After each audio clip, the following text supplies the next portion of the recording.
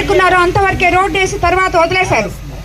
కాబట్టి మీరందరూ కూడా నేను ఒకటే చెప్తున్నాను, చంద్రబాబు నాయుడు గారిని ముఖ్యమంత్రిగా చేసుకోండి, మన గ్రామాలు అభివృద్ధి చేసుకోండి. అదే కాకుండా రంజాన్ శుభాకాంక్షలు ఇక్కడున్న ముస్లిం సోదరి మండలికి. అదే కాకుండా చంద్రబాబు నాయుడు గారు మనకి చాలా హామీలు ఇచ్చారు. వాలంటరీకి 10,000 చేస్తానని చెప్పారు. పెన్షన్ ప్రతి అవ్వాతాతకి 4,000 పెంచుతామని చెప్పారు. దివ్యాంగుల పెన్షన్ 6,000 చేస్తామని చెప్పారు. రాష్ట్రంలో మహిళలందరికీ నెలకి 1,500 రూపాయలు అందిస్తానని చెప్పారు. అదేవిధంగా ఆర్టీసీ బస్సుల్లో మహిళా స్త్రీలకు ఫ్రీ, నిరుద్యోగులకు 3,000, తల్లికి వందనం, ఒక్కో బిడ్డకు 15,000, 3 గ్యాస్ సిలిండర్లు ఫ్రీ, రైతులకు ఏటా 20,000, మెగా డిఎస్సి, 20 లక్షల జాబ్లు, ఇవన్నీ కూడా మనకి చంద్రబాబు నాయుడు గారు అందించబోతున్నారు. కాబట్టి మీరందరూ చంద్రబాబు నాయుడు గారికి సైకిల్ గుర్తు మీద మా ఇద్దరికి ఓటు వేసి, నాకు ఎమ్మెల్యేగా వేమిరెడ్డి ప్రభాకర్ రెడ్డి గారికి ఎంపీగా ఓటు వేసి చంద్రబాబు నాయుడు గారిని ముఖ్యమంత్రిగా చేసుకొని మనము మన పట్టణాలు పల్లెలు అన్ని అభివృద్ధి చేసుకుంటామని చెప్తున్నాను. అదేవిధంగా మరోసారి చెప్తున్నాను, నేను ప్రజా సేవ చేయడానికి సేవకురాలుగా మీ ముందుకు వచ్చాను, పాలకురాలిని మాత్రం కానే కాదు. కాబట్టి మీకు ఇంకోటి కూడా చెప్తున్నాను, నేను వచ్చి చెప్పేసి వెళ్ళిపోయాను, ఓట్లు అడిగారు వెళ్ళిపోయారు, చెప్పిన మాటలు ఏవీ తీర్చలేదు అని మాత్రం అనుకోబాకండి. మీ గ్రామంలో ఉన్న సమస్యలు కూడా నేను అవగాహన చేసిన ఈ గ్రామంలో ముస్లిం సోదరులకు షాదీ ఖానాన్ని నిర్మిస్తాను.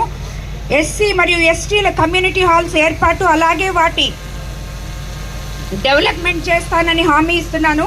పశ్చిమ హరిజనవాడలో నిర్మాణ దశలో ఉన్న చెన్నకేశవ స్వామి వారి దేవస్థానము నేను ఎమ్మెల్యేగా గెలిచిన వెంటనే ఆలయ నిర్మాణాన్ని పూర్తి చేయిస్తాను. తూర్పు హరిజనవాడలో ఉన్న శ్మశాన వాటికకు సకల సదుపాయాలు కల్పిస్తానని చెప్తున్నాను. అదేవిధంగా హరిజనవాడ నుండి పాతూరుకు వెళ్లే రోడ్డు సమస్యను పరిష్కరించి అభివృద్ధి చేయిస్తాను. నేను ఎమ్మెల్యేగా గెలిచిన వెంటనే డాక్టర్ బాబాసాహెబ్ అంబేద్కర్ గారి విగ్రహ ఆవిష్కరణ చేస్తానని మీ అందరికీ మాటిస్తున్నాను. అలాగే మన గ్రామంలో రామ మందిరాన్ని అభివృద్ధి చేస్తాను. మీ రేపాల గ్రామ అభివృద్ధి కోసం ఎన్డీఏ కూటమి అభ్యర్థిగా మీ ముందుకు వస్తున్నాను. కాబట్టి ఎంపీగా ప్రభాకర్ రెడ్డి గారి నిధులతోనూ మన ఎమ్మెల్యే నిధులు అన్నీ ఖర్చుపెట్టి మన గ్రామాలన్నీ అభివృద్ధి చేసుకుంటామని చెప్తున్నాను. మీరు ఇక్కడ రేపాల గ్రామస్తులు ఎవరైనా కానీ కోవూరు నియోజకవర్గం నుంచి ఎవరైనా ఒకటే చెప్తున్నాను, మీరందరూ ప్రశాంతంగా మీ వ్యాపారాలు చేసుకోవచ్చు.